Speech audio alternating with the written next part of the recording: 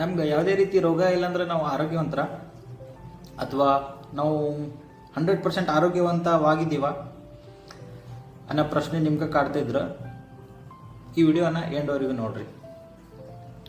ಈ ವಿಡಿಯೋ ಪೂರ್ತಿ ಮುಗಿದ ತಕ್ಷಣ ನಿಮ್ಗೆ ಗೊತ್ತಾಗ್ತೈತಿ ನಾವು ಆರೋಗ್ಯವಂತರು ಹೌದಾ ಅಥವಾ ಇಲ್ವಾ.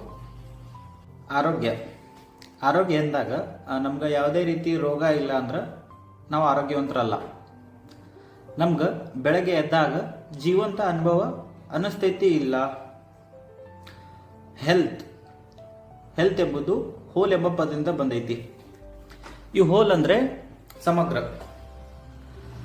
ನಿಮ್ಮಲ್ಲಿ ದೇಹ, ಮನಸ್ಸು, ಪ್ರಾಣಶಕ್ತಿ ಮತ್ತು ಮೂಲ ಸ್ವರೂಪ ಇವು ಸಮಗ್ರವಾಗಿರಬೇಕು.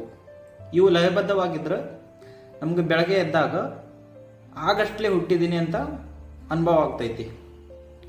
ಹೀಗಾದ್ರೆ ಮಾತ್ರ ನೀವು ಆರೋಗ್ಯವಂತರಾಗಿದ್ದೀರಿ.